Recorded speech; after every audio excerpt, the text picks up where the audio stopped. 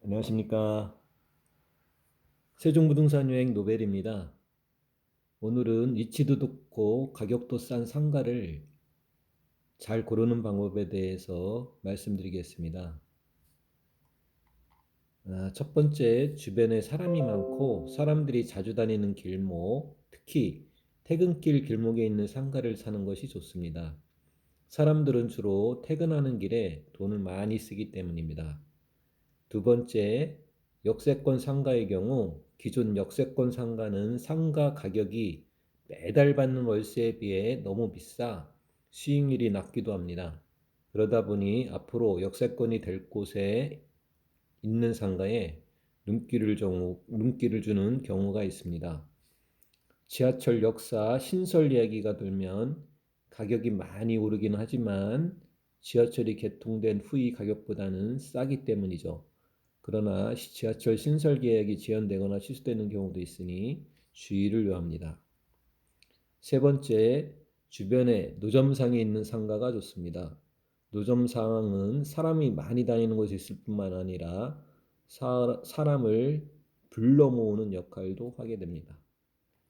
네 번째, 상가의 전면이 도로에 길게 면해 있는 상가가 좋습니다.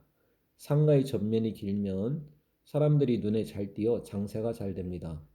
나중에 팔 때도 같은 면적이라면 전면이 좁고 안쪽으로 긴 상가에 비해 가격을 더 받을 수 있습니다. 다섯 번째로 주변에 대형 할인점이나 백화점, 기업형 슈퍼마켓이 없는 상가를 사는 것이 좋습니다. 이런 것들이 주변에 있으면 손님을 빼앗기기 때문입니다. 여섯 번째로 차가 많이 오가는 넓은 도로가 앞에 있는 상가는 피하는 것이 좋습니다. 사고 싶은 물건이 있어도 횡단보도를 건너야 한다면 귀찮아서 꺼리는 경향이 있기 때문입니다. 마지막 일곱 번째, 만약 새로 짓는 근린 상가를 분양받고 싶다면 분양대금을 위탁 관리하는 신탁회사가 믿을 만한지 확인을 해야 합니다.